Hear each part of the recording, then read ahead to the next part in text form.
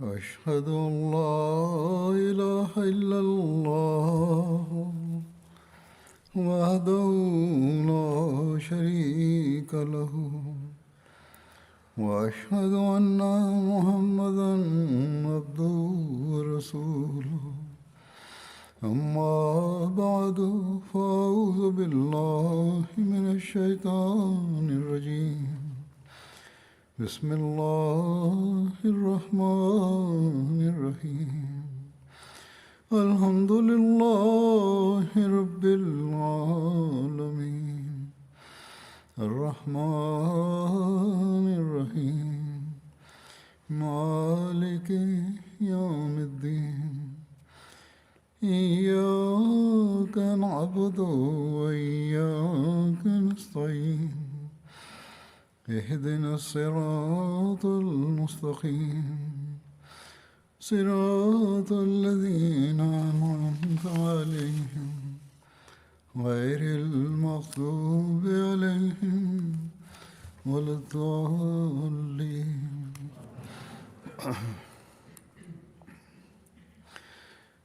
आज 27 मई है।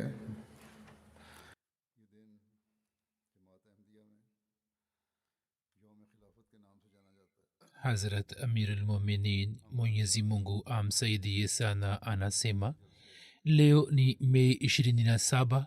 Siku hii katika jumuiya ya Ahmadiyya inajulikana kwa jina la siku ya ukhalifa. Sisi kila mwaka tunafanya mikutano ya siku ya ukhalifa katika siku hii au kabla na baada ya siku hiyo. Lakini kwa nini?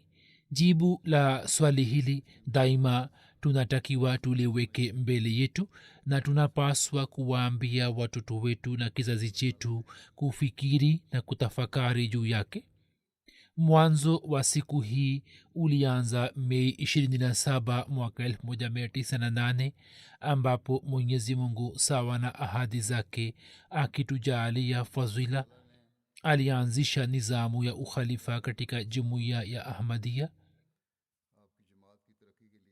Mwenyezi Mungu alikuwa amemwahidi Hatmasihi Maud alayhi wassalam ahadi ya kuipatia jumuiya yake maendeleo, na siku ile akaitimiza ahadi hiyo.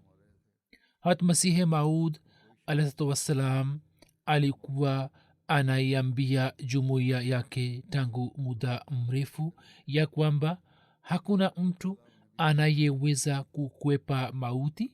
Manabii pia pale wanapotimiza kazi yao hapo Allah huwafisha vile vile.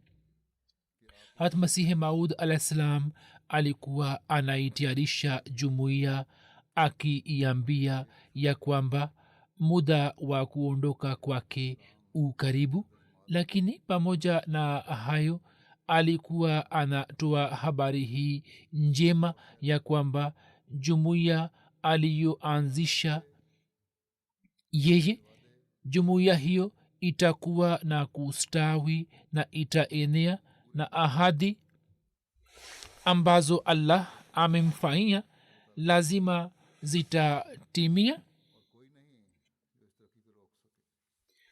Kwa fadhili ya Allah jumuiya itapata maendeleo na hakuna awezaye kuzuia maendeleo yake.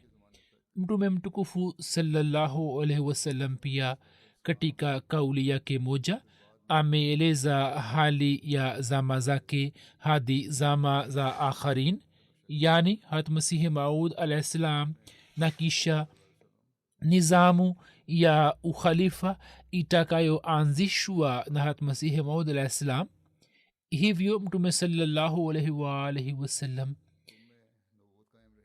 alisema katika kikao kimoja cha masahaba zake, unabii utakuwa baina yenu mpaka apendapo Allah, yani dhati ya mtume sallallahu alaihi wasallam atabaki katika masahaba, kisha yeye atauondoa na ukhalifa juu ya msingi wa unabii utaanza, yani ukhalifa ulioongoka utaanza ambao utakuwa wenye kufuata kikamilifu nyayo za unabii.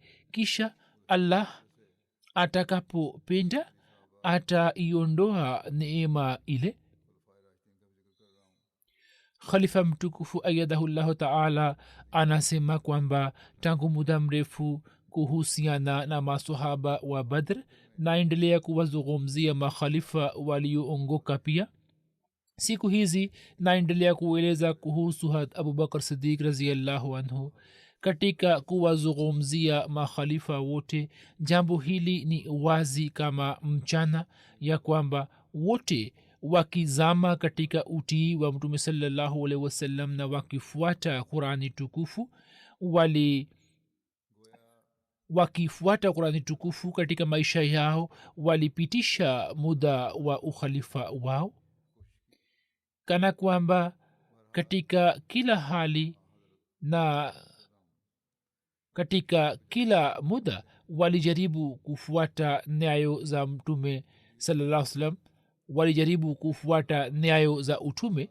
mtume sallallahu alaihi wasallam akiendelea mbele anasema ya kwamba kisha sawa na mpango wa allah utapatikana ufalme wa kuuzi ambao kwa sababu yake watu watavunjika moyo na watahisi taabu na shida. zama hiyo itakwisha na sawa na kudra yake ya pili utapatikana ufalme wa mabavu, na historia imeona hayo yote. bali hadi leo viongozi wa waislamu walioacha dini na wamekwenda mbali na dini wanaendelea kuwatendea hivi hivi wananchi wao, ziwe serikali za kisiasa au uwe ufalme fulani, liwe kundi moja au jingine. kila anayepata utawala dunia inamtawala.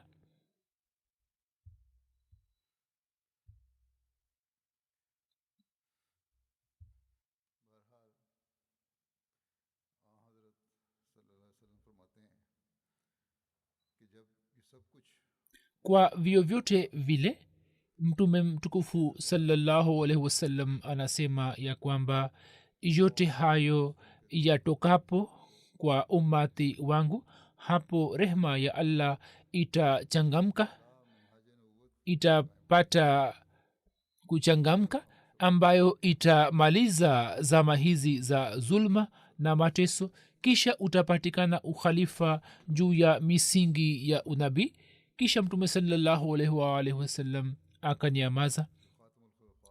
bishara ya kumalizika kwa zama za mateso na zulma ambayo mtume sallallahu alaihi wasallam alikuwa ameitoa ilikuwa ni kwa ajili ya watu ambao watakuja katika baiati ya khatamul khulafa, masihi maud na mahdi mahud, na sawa na mafundisho yake watatenda matendo mema. mwenyezi mungu amekwisha panga tayari. sasa kama watu wasije chini ya mpango huo na waendelee kugoma, basi matokeo yake yatakuwa yale yale ambayo waislamu wanayaona katika zama hizi. mwenyezi mungu awajalie watu hawa wawe na akili na wapate busara ili waweze kumtambua mtumishi mkweli wa mtume sallallahu alaihi waalihi wasallam.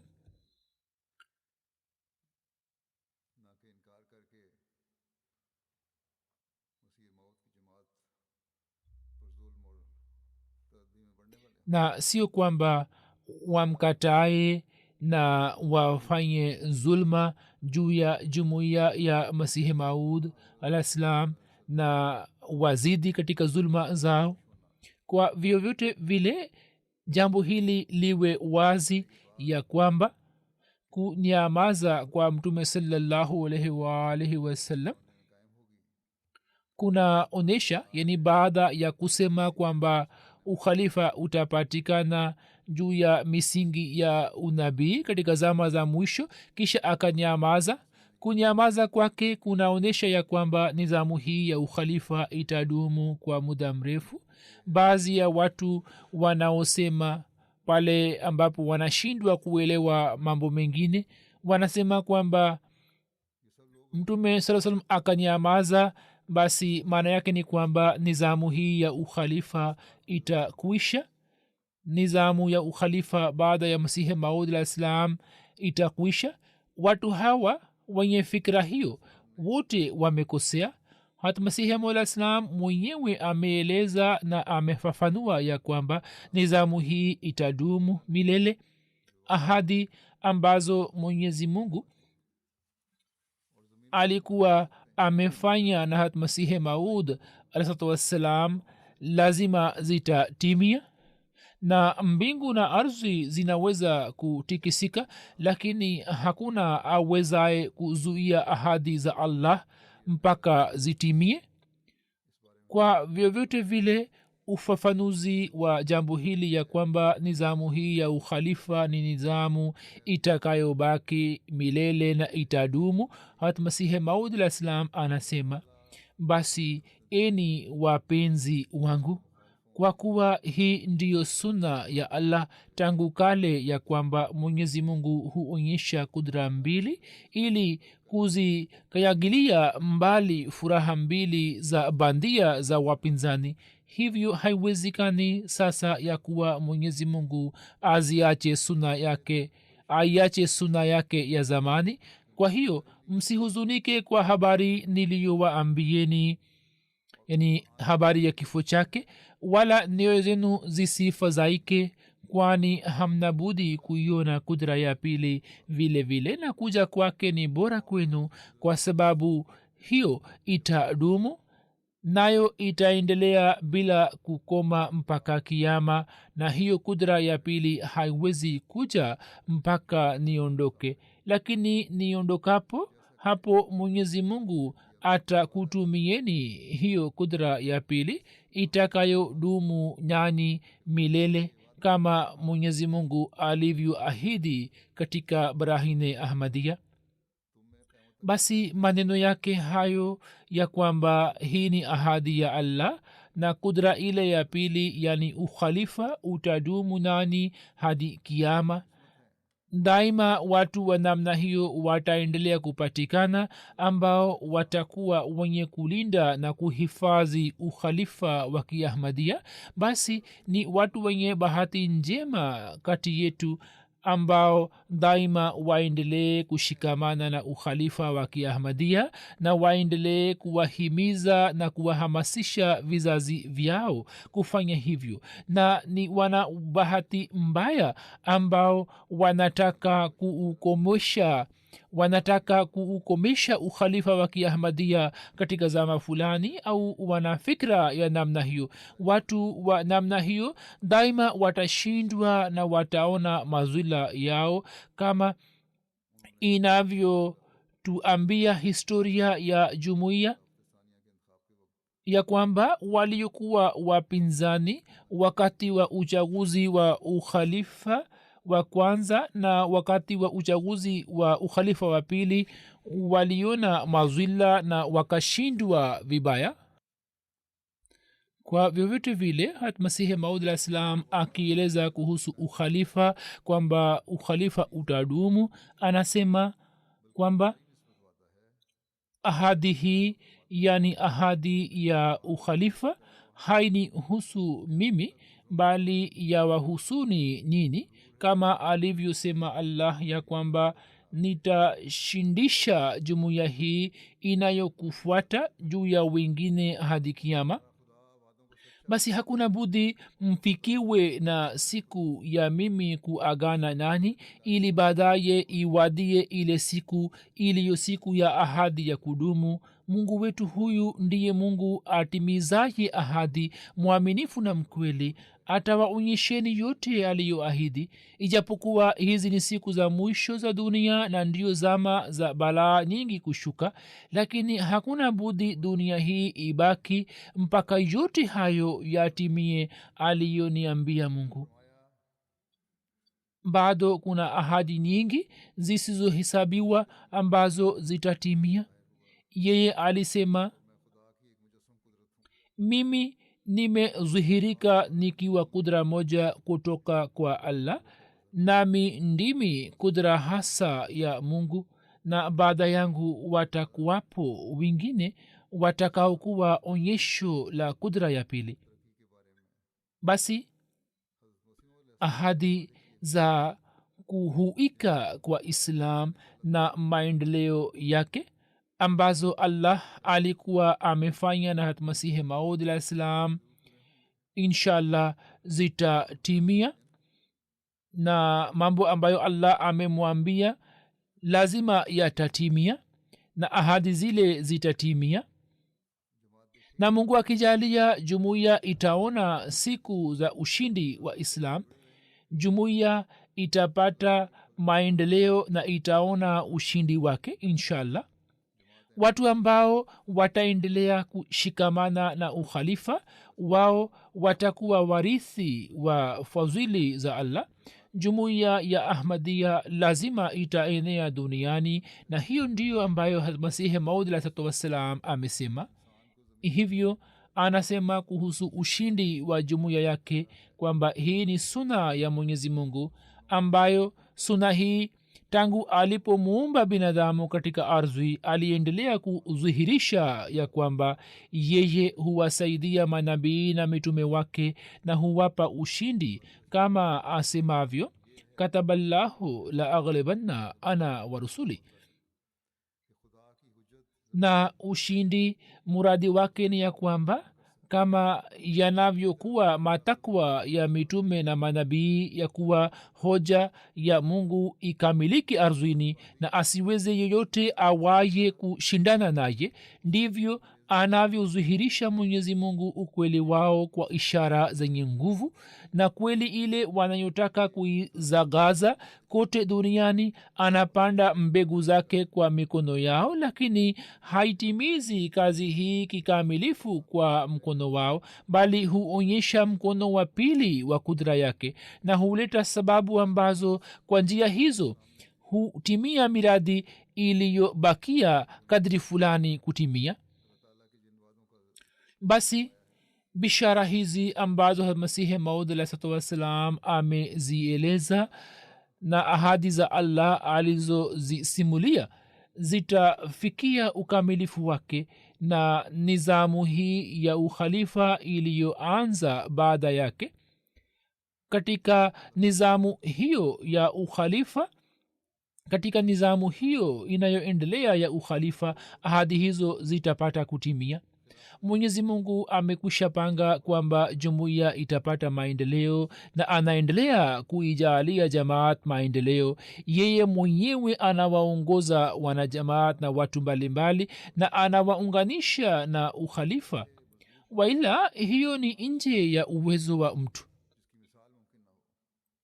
kuwaunganisha watu na khalifa wa zama katika kiunganishi imara ambacho kisiwe na mfano wake, hiyo ni nje ya uwezo wa binadamu. na mwenyezi mungu anaiunganisha na ukhalifa mioyo ya wale walio wanajumuia na wale wanaojiunga na jamaati, na ni wanajamaati wapya kabisa ambao bado hawajapata malezi kamili. hiyo ni kazi ya mwenyezi mungu pekee. watu baada ya kufanya bayati wanaonyesha unyofu na ikhilasi kwa hata masihi maud alaihi wasallam. basi kwa ajili ya kutimiza shabaha ya ujio wake wanaonyesha unyofu na ikhilasi ile ile kwa khalifa wa zama, na wanaendelea kuonyesha jinsi watu walivyofanya bayati ya hat khalifatul-masih awal raziallahu anhu. hiyo kama haikuwa msaada na nusura makhsus ya allah, basi ilikuwa nini? ukiacha watu wachache tu wenye tabia ya unafiki ambao wanakuwepo na wanapatikana katika kila jumuiya, wapenda ukhalifa na wenye kujitolea kwa ukhalifa wakaendelea kuzidi na kuongezeka, na waliokuwa wanafiki khalifa msih al awal akawakemea sana na akawaweka katika sehemu yao, nao hawakuthubutu kuinua kichwa chao. kisha wakati wa uchaguzi wa ukhalifa wa pili, licha ya kupiga kelele kwa wapinzani hawa ambao katika ukhalifa wa kwanza wakiwa na unafiki wao walikuwa katika jamaati, wakaanza kuupinga tena ukhalifa wake, lakini jumuiya kwa kutaja jina la Hat Mirza Mahmud Ahmad Sahib ikafanya bayati ya Khalifatulmasih Thani raziyallahu anhu. Ijapokuwa wanafiki hawa wakapiga kelele na wakajaribu kusambaza fitina na ufisadi, na kisha dunia ikashuhudia jinsi jumuiya ilivyoendelea kupata maendeleo kwa kasi. Vituo vya mahubiri vilifunguka duniani, misikiti ikajengwa na vitabu vikachapishwa. Kazi ambazo Hatmasihi Maud alayhi salam alikuwa amekuja kuzifanya zikaendelea kusonga mbele. Kisha katika ukhalifa wa thalitha, japokuwa serikali ya wakati ule iliishambulia jumuiya vikali na kwa nguvu zote, lakini Mwenyezi Mungu akaijalia jumuiya maendeleo makubwa. Waliojaribu kuifilisisha jumuiya wakaaga dunia hii wakiwa na hali mbaya. Kisha katika ukhalifa wa nne, mlango mpya wa maendeleo ukafunguka na tukaona manzari mapya ya misaada na nusura za Mwenyezi Mungu, na njia mpya za kusambaza Islam zikafunguka. Waliofikiri kukata mkono wa khalifa wa zama, mikono yao ikakatika na miili yao ikawa vipande angani, lakini jumuiya ikaendelea kupiga hatua katika maendeleo. Uwanja wa mahubiri ukapanuka, MTA ikaanza, ambayo ikawa sababu ya kufikisha ujumbe wa jamaat katika kila nyumba. Hiyo ndiyo alama ya kutimia kwa ahadi za Allah alizofanya na Hatmasihi Maud alayhi wassalam. Na kama kuna mtu awezaye kuelewa, basi kama hii sio kutimia kwa ahadi ya Allah, basi ni kitu gani hicho? Kisha katika ukhalifa wa khamisa, Mwenyezi Mungu akaonesha manzari za nusra yake. Katika MTA njia mpya zikafunguka za kufikisha ujumbe wa Islam na kutimiza shabaha ya ujio wa Hatmasihi Maud Islam, na chaneli 8 katika lugha mbalimbali zikaanza kurusha matangazo ya kidini, na tafsiri za vipindi mbalimbali zikaanza kufanywa katika lugha mbalimbali za dunia, na MTA ikaanza kufika katika kila kona ya dunia pale ambapo ilikuwa haikufika, na ujumbe wa jumuiya ya Waislamu wa Ahmadiyya ukaanza kuwafikia watu wa huko na watu wa maeneo yale katika lugha yao, ambao ukawawezesha malaki ya watu kujiunga na jumuiya ya Ahmadiyya. Kisha pamoja na vipindi vya MTA na vipindi vya redio, Mwenyezi Mungu mwenyewe akawaongoza watu, na kwa kupitia ndoto na ruya na njozi na vitabu vya jamaati akawajalia wengi kukubali ujumbe wa Ahmadiyya. Sisi tunapoangalia historia ya Ahmadiyya tunapata kuelewa jinsi Allah subhanahu wa ta'ala alivyokuwa anawaongoza watu mbalimbali ili wamkubali Hatmasihi Maud alayhi salam katika zama zake.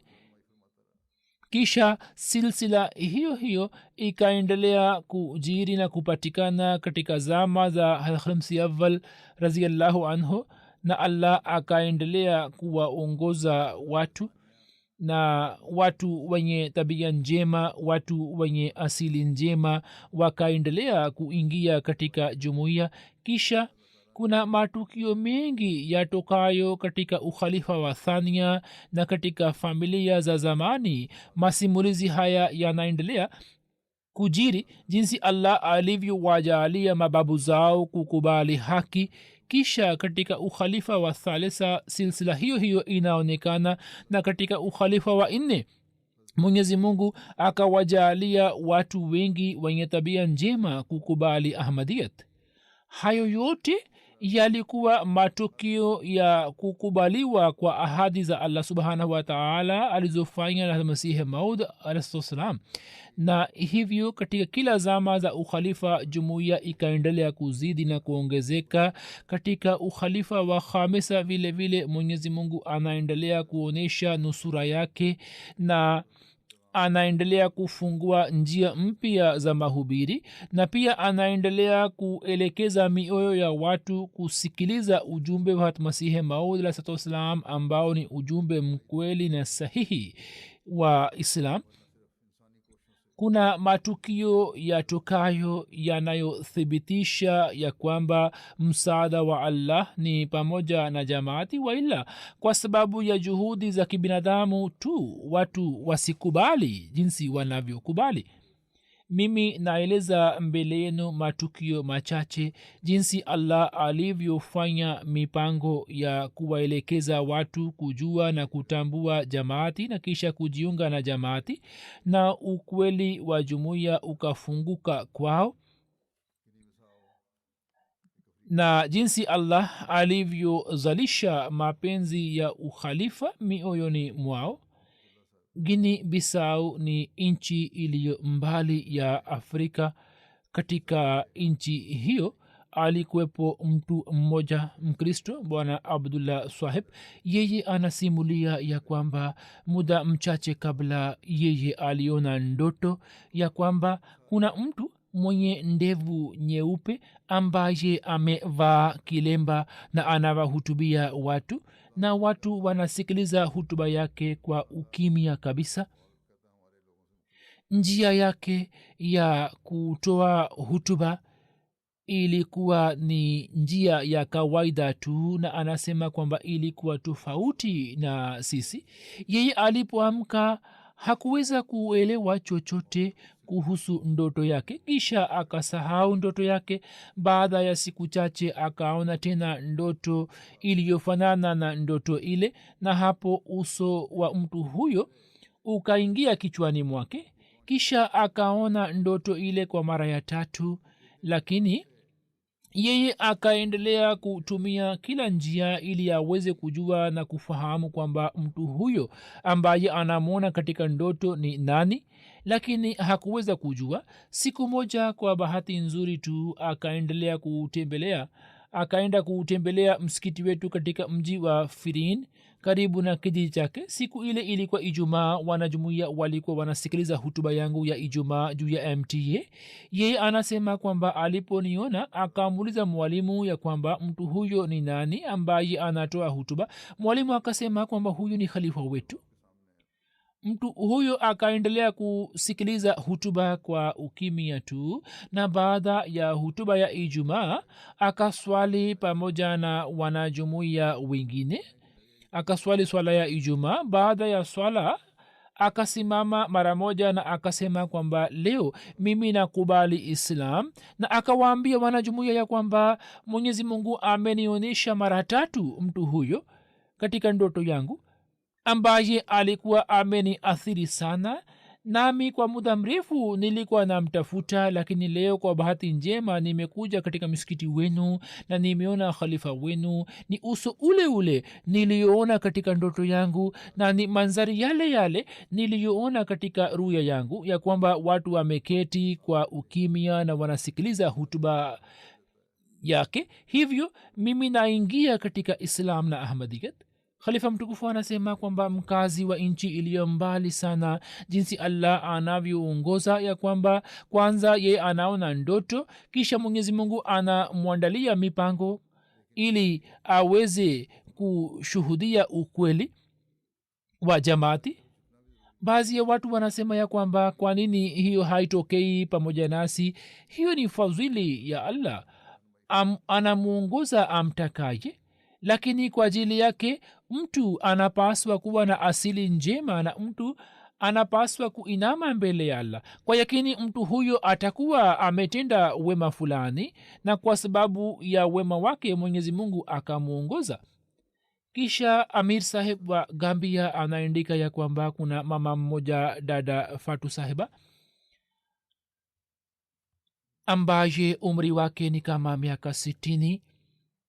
mama huyo anasema ya kwamba baadhi ya wajumbe wa kundi moja la kiislam walikuja kwetu na wakaanza kuongea zidi ya jumuiya wakisema ya kwamba wahamadia ni makafiri na hawezi kuingia peponi na hamtakiwi kujenga nao uhusiano wowote. watu wengi wa kijiji wakakubali mambo yao, lakini mama huyo anasema kwamba yeye akapata wasiwasi na yeye akaanza kufanya maombi ili mwenyezi mungu amuongoze.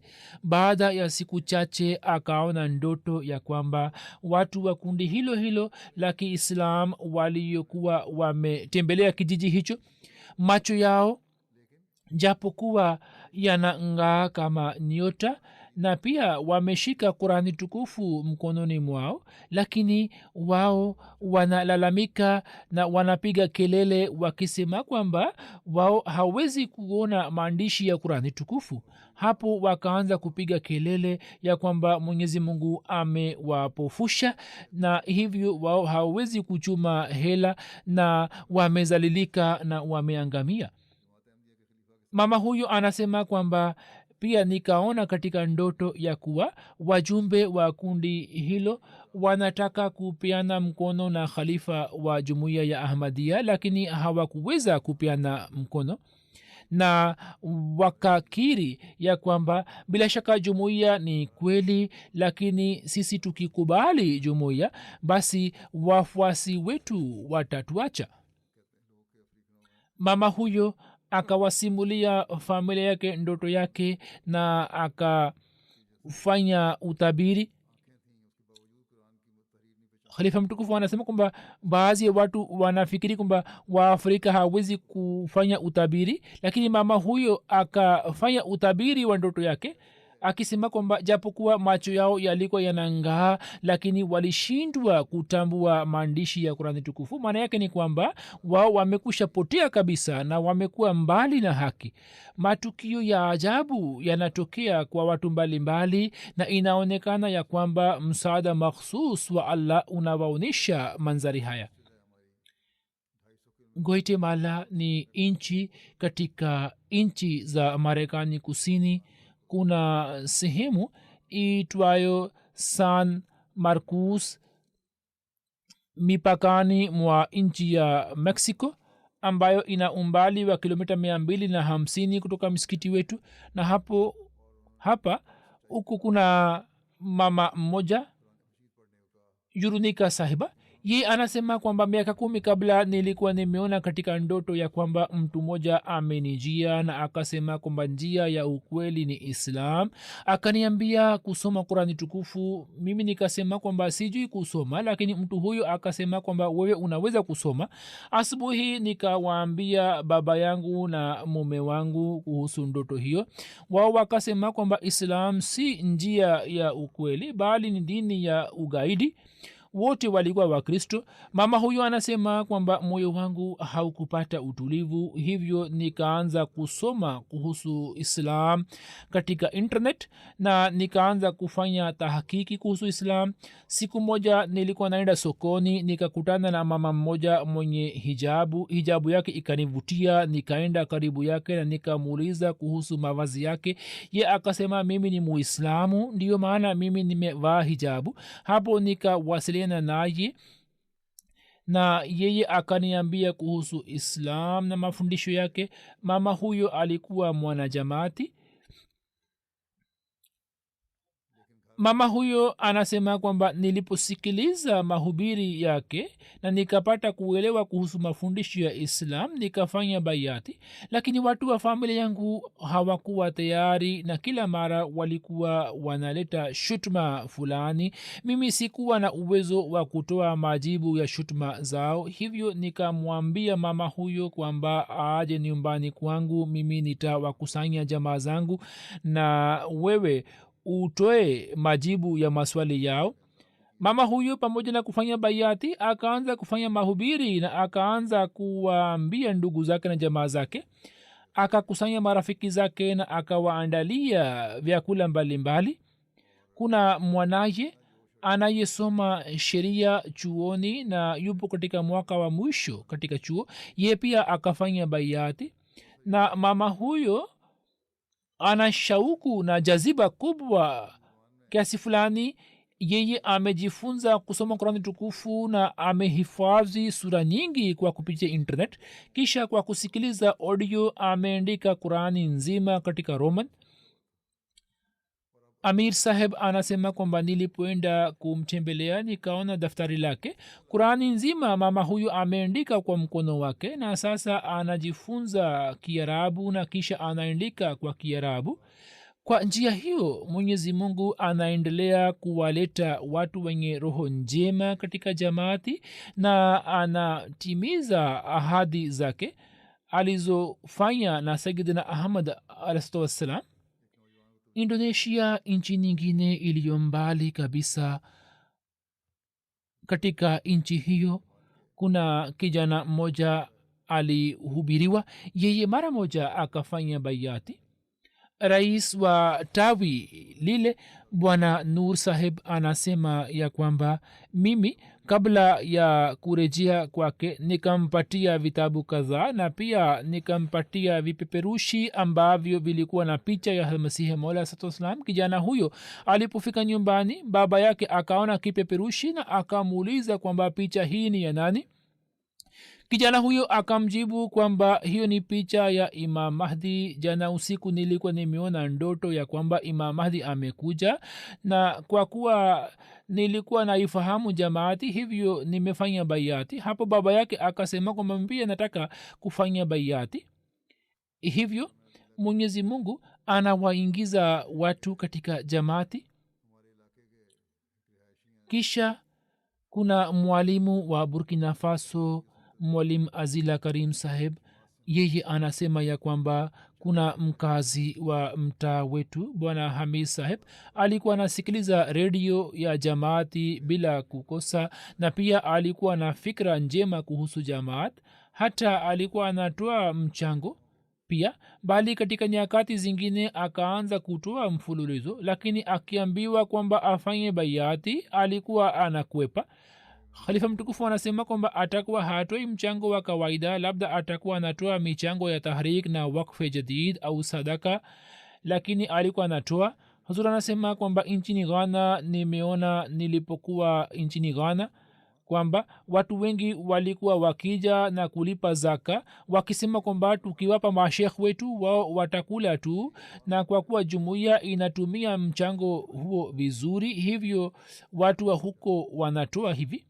Siku moja yeye aliona ndoto ya kwamba ijtimaa inafanywa, na katika ijtimaa hiyo kuna watu ambao wapo ndani ya ukuta mmoja na wengine wako nje. Anasema nikaona kwamba ndani ya ukuta ule wote ni wanajamaati. Hapo nasema kwamba mimi pia ni pamoja nao, hivyo niingizwe humo. Hapo sauti inasikika ya kwamba katika zuio hilo wanaoweza kuingia ni wale tu waliofanya baiati, na kwa kuwa we hukufanya baiati, hivyo we huwezi kuingia ndani. Hivyo siku ijayo tu ye akaja na akafanya baiati.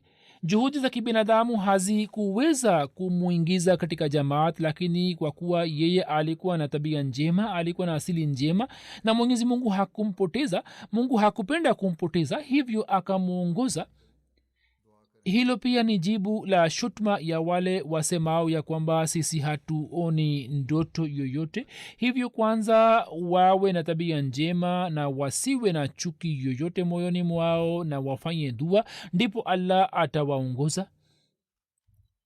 Kuna jamaa mmoja wa Mali, Muhammad Kone Saheb. Yeye alisikiliza matangazo ya redio ya jamaat na pia akawasikiliza wale wanaoongea zidi ya jamaat. Kisha akaanza kufanya maombi ya kwamba Mwenyezi Mungu amwonyeshe njia iliyonyoka. Kisha anasema kwamba nikamwona mtu mmoja katika ndoto yangu ambaye alikuwa anasema ya kuwa kila mtu atajiunga na jumuiya tu, aje sasa hivi au aje baadaye. Hivyo huu ni mpango wa Allah, ni ahadi ya Allah kwa hatmasihi maud alaihi wassalam na kama asemavyo hatmasihi maud alaihi salam ya kwamba neema ya ukhalifa wa ahmadia inayoendelea kujiri kwa kupitia neema hiyo shabaha ya ujio wake itatimia. Hapo mtu huyo akafanya bayati.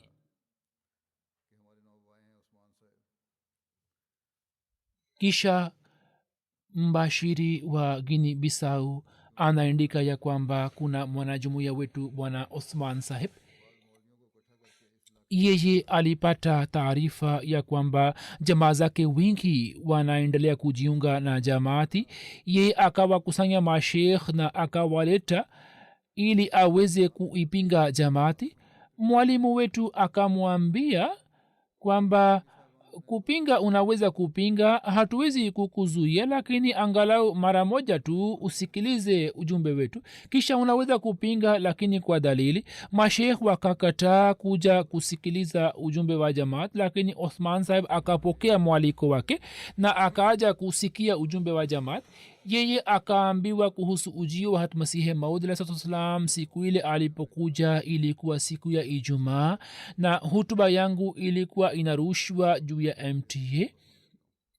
sisi tukamwambia kwamba asikilize hutuba kama ana muda. ye akasema kwamba sina muda mwingi, lakini naweza kusikiliza kwa muda mfupi tu. lakini alipoanza kusikiliza hutuba akasahau kuhusu muda wake na akasikiliza hutuba nzima. baadaye akasema kwamba jumuiya ya ahmadia haiwezi kuwa kafiri kama nilivyosikiliza, kwani khalifa wenu anaeleza sera za masahaba wa mtume sallallahu alaihi wasallam, na jumuiya iliyo kafiri haiwezi kufanya hivyo. kisha yeye akaacha kuipinga jamaat na baada ya muda kidogo akajiunga na jamaati pamoja na familia yake, na sasa anaendelea kuwahubiri wengine na anatoa michango bila kukosa. hiyo pia ni athari inayotokana na hutuba ambayo Allah anaitia katika hutuba za khalifa wa zama. Kongo Kinshasa kuna mwalimu wetu ambaye anasema ya kwamba tulianza kufanya mahubiri katika eneo moja. watu wasiokuwa waahmadia wakaanza kutupinga vikali. baada ya miezi mitatu, siku moja katika wapinzani hawa mtu mmoja Osman Sahib akawasiliana nasi na akasema kwamba mimi na familia yangu tunataka kujiunga na jamaat. alipoulizwa sababu yake akasema kwamba siku moja mke wangu alikuwa anatazama chaneli ya kisatellite. hapo chaneli yenu MTA ikaonekana. kwa kuwa ye alikuwa anajua kwamba mimi ni adui wa jamaat, hivyo akaniita, na nilipoanza kusema jambo fulani kuhusu jamaat, mke wangu akasema kwamba kwanza usikilize kipindi chote kisha unaweza kusema jambo lolote. wakati ule hutuba yangu ilikuwa inarushwa juu ya MTA. baada ya kusikiliza hutuba nikajawa na imani ni yakini ya kwamba sauti ambayo leo nimeisikia ndiyo picha sahihi na kweli ya Islam. na baada ya kusikiliza hutuba ya khalifa mimi sina shaka yote kwamba jamaat ni kweli. Huzur anasema kwamba hiyo si sifa yangu, bali Mwenyezi Mungu kwa kupitia ukhalifa ametoa ahadi ya kutimiza shabaha yake. hizi ni fadhila za Allah na masimulizi yake. mbashiri mkuu wa Guinea Bissau anasema kwamba tulifanya mahubiri katika kijiji kimoja na watu wengi wakajiunga na jamaati, isipokuwa kuna familia 4 zilizokataa kupokea ahmadiyat. timu yetu ilipofika huko kuweka MTA, mwalimu saheb akawaita watu hawa waliokuwa wamekataa kupokea ahmadiyat na akawaambia kwamba tuna channel yetu ya Kiislam, njoni mkaione na mtaweza kuangalia na kuona picha ya hatmasihi maula islam na picha ya khalifa wa zama. Anasema kwamba tulipomaliza kazi yetu ya kuweka MTA na baada ya kuswali swala tulipowasha televisheni, wakati ule hutuba ya Ijumaa ilikuwa inarushwa juu ya MTA. watu hawa wasiko wa Ahmadiyya wakasikiliza hutuba kwa umakini mkubwa na wakaendelea kuniona, na hutuba ilikuwa inarushwa kwa Kiingereza. mwalimu akasema kwamba mimi naweka mbeleni tafsiri yake, lakini wao wakasema kwamba sisi hatuelewi, lakini tunaweza kusema kwamba mtu huyo anayeongea hawezi kusema uongo, na kama huyu ni khalifa wa jumuiya ya ahmadia basi jamaat haiwezi kuwa jumuiya uongo. Na wakati ule ule wakatangaza kukubali ahmadia. Kutoka nchi ya Mali, mwalimu wetu anaandika kwamba mtu mmoja alitujia katika misheni yetu na akatuambia kwamba mimi nasikiliza redio yenu bila kukosa na nataka kufanya bayati. Bwana huyo akajaza fomu, na mtu huyo alikuwa msomi, hivyo akasema kwamba kama kuna vitabu vya Kifaransa basi munipatie ili niweze kunufaika navyo na pia niwapatie wenzangu.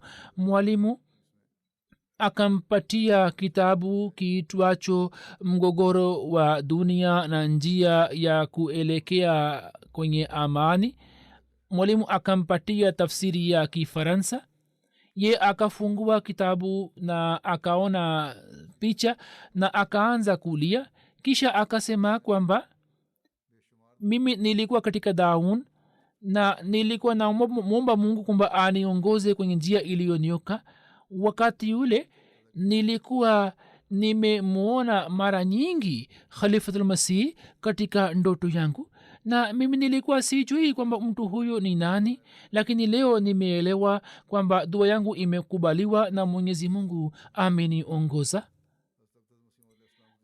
Nasma sahiba ni mwanajumuiya, ni mama Mwarabu. Anasema kwamba miaka miwili kabla ya kufanya bayati niliona picha ya Masihi wa Islam na nikaelekea kwa picha ile na nikasema, na hapo kabla ye anasema kwamba ulikuwa umeeleza kuhusu mtoto fulani ambaye alikuwa amechora mistari na alikuwa ameandika kwamba huzur, mimi nakupenda sana. Mama huyo anasema kwamba watoto hawasemi uongo, na nilikuwa na athari kubwa sana moyoni mwangu kuhusu mtoto huyo. Ye akafanya bayati. Baada ya muda fulani anasema kwamba nilipoona picha ya Masihi Islam na nikaelekea kwake na nikasema kwamba maumbile yako yananiambia kwamba wewe ni mtu mwema na husemi uongo, lakini pamoja na haya yote siwezi kusadikisha kwamba wewe umetoka kutoka kwa Allah. Anasema kwamba baada ya miaka miwili nikasoma zaidi na mwanzoni mwa 2016 nikafanya bayati, lakini bado nilikuwa na mashaka kuhusu ukhalifa. Shetani ya nafsi yangu alikuwa anasema kwamba kivipi mimi ni kubali mtu ambaye anadai kuwa khalifa, kwa nini muandikie barua na nimweleze hali yangu, ukhalifa una faida gani? Anasema kwamba mashaka yangu hayo yakaondoka kwa sababu ya kusoma kitabu cha Musleh Maud kiitwacho Khilafati Rashida na kitabu chako nizamu ya ukhalifa na utii wake. Kisha nikaandika barua na nikapokea jibu lako. Hapo nikaondokewa na mashaka yote na nikajawa na imani na yakini kwamba ukhalifa ni ukhalifa ambao unafuata nyayo za Masihi wa Islam. Kisha anasema kwamba mapenzi ambayo Allah anatia mwenyewe moyoni anatia kwa nguvu zote na sisi tunakuwa hatujui sababu zake. Kisha anasema kwamba ndiyo maana wanajamaati wengi wanampenda Masihi wa Islam na wanapenda makhalifa zake kama watoto wanavyowapenda wengine, na kabla ya kufanya bayati nilikuwa sijui kuhusu mapenzi hayo. Kutoka Nigeria, Mbashiri anasema kwamba katika kipindi kimoja cha maswali na majibu watu walianza kuzungumza kwamba badala ya kuwaita watoto kwa jina la baba yao waitwe kwa majina ya kifamilia, waitwe kwa majina ya mababu zao. Hapo wakaambiwa kwamba mafundisho ya Qur'ani yanasema kwamba muwaite watoto kwa majina ya baba zao, na lakini baadhi ya watu wasiko wa Ahmadiyya na wanajamaati wapya walikuwa hawakuridhika juu ya hilo. Lakini baada ya siku mbili ulipokuwa ukitoa hutuba kuhusu maswahaba ukaeleza matukio ya zaid bin thabit na ukaeleza kwamba waarabu walikuwa wamemwita zaid bin muhammad. Hapo mwenyezi mungu akateremsha amri kwamba zaid aitwe kwa jina la baba yake.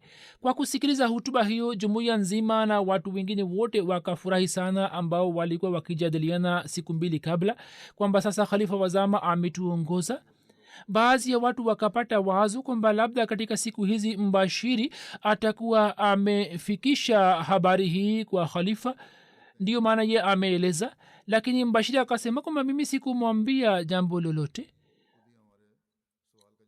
Kisha anasema kwamba sisi tulifurahi sana kwamba mwenyezi mungu ametupatia jibu la swali letu, na katika furaha hiyo mtu mmoja tajiri wa jamaati akanunua televisheni kubwa kwa ajili ya kuangalia mta, akisema kwamba televisheni hiyo iwekwe katika sehemu ya kina mama ambapo kina mama wanaketi ili wao pia wasikose baraka za ukhalifa. Kisha akasema kwamba ukhalifa ni kitu kinachopatikana moyoni. Sasa katika zama hizi, katika maeneo hayo ya mbali, watu ambao wanaishi katika nchi mbalimbali na wanajamaat wanatokana na kaumu na makabila tofauti, ni nani ambaye anazalisha uhusiano huo? Kwa yakini huo ni msaada na nusura ya allah. Kisha mama moja wa norway brifan sahiba anasema kwamba kila mwanajumuiya mkweli anasema kwamba khalifa wetu anaishi katika macho yetu na katika mioyo yetu, na sisi tunamwombea.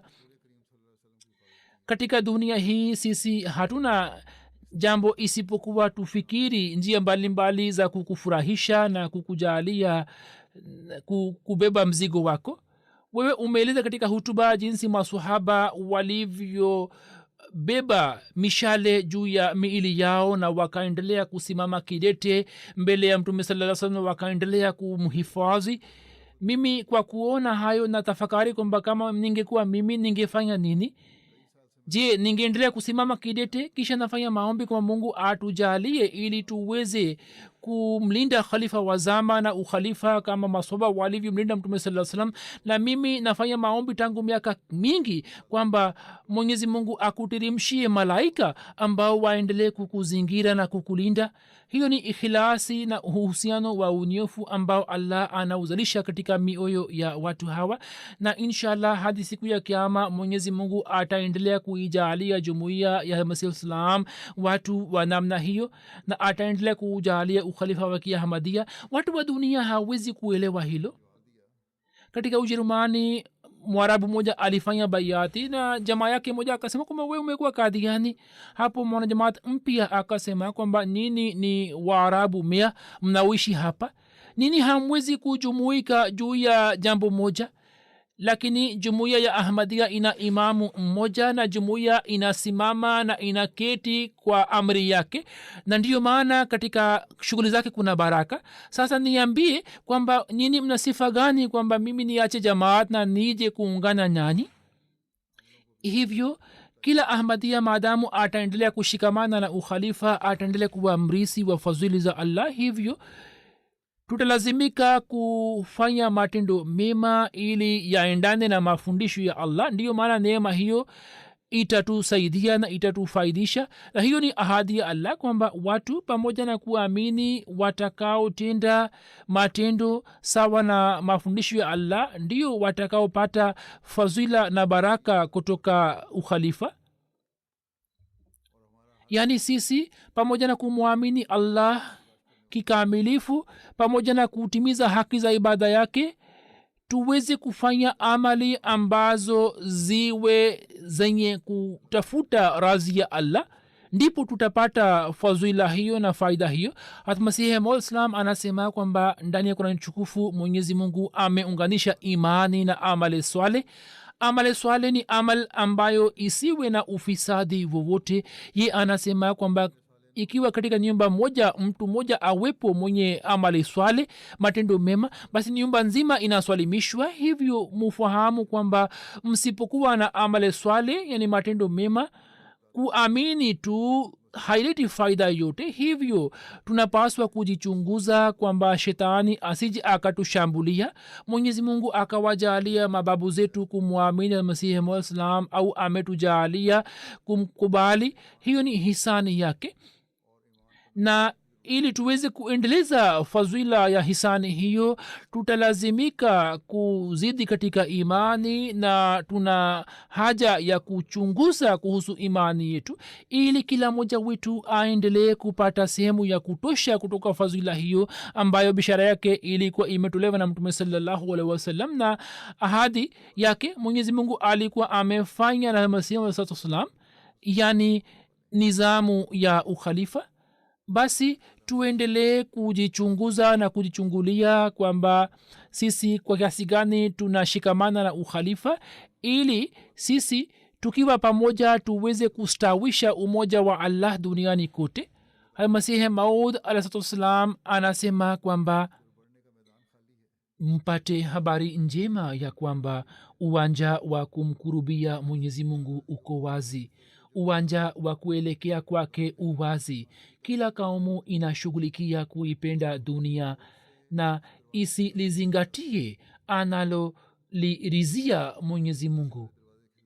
Wale wapendao kuingilia mlango huu kwa nguvu zao zote, yani wanataka kuingia kwenye mlango huu, wanayo nafasi na fursa ya kuonyesha vipawa vyao na kupata zawadi maalum kutoka kwa allah.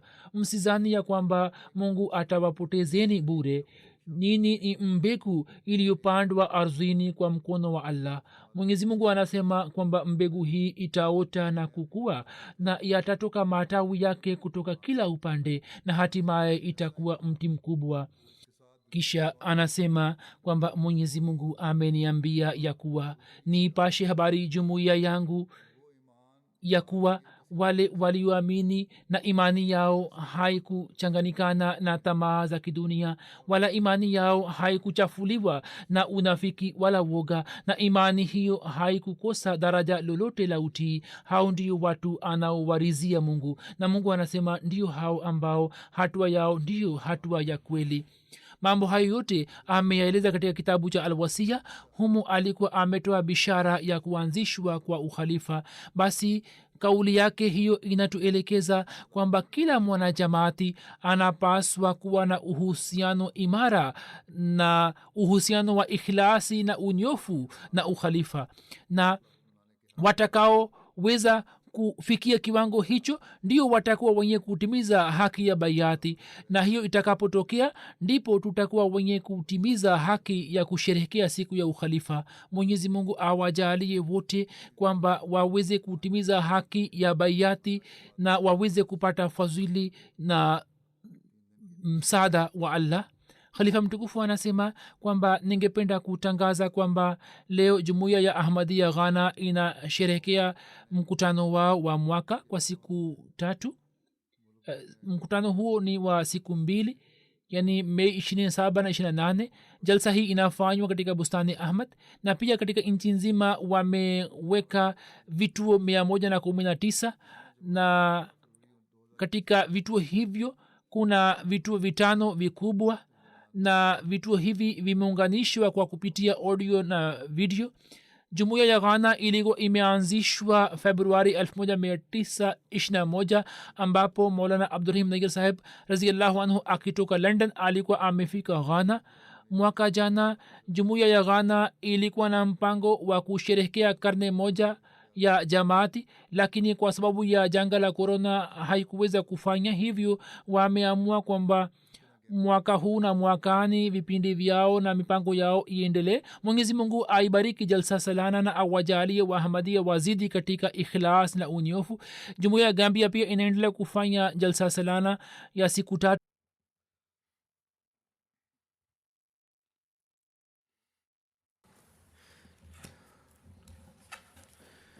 alhamdulillah alhamdulillah nahmaduhu wa nasta'inuhu wa nastaghfiruh wa nu'minu bihi wa natawakkalu alayhi wa na'udhu billahi min shururi anfusina ومن سيئات أعمالنا من يهده الله فلا مضل له ومن يضلل فلا هادي له ونشهد أن لا إله إلا الله ونشهد أن محمدا عبده ورسوله عباد الله رحمكم الله إن الله يأمر بالعدل والإحسان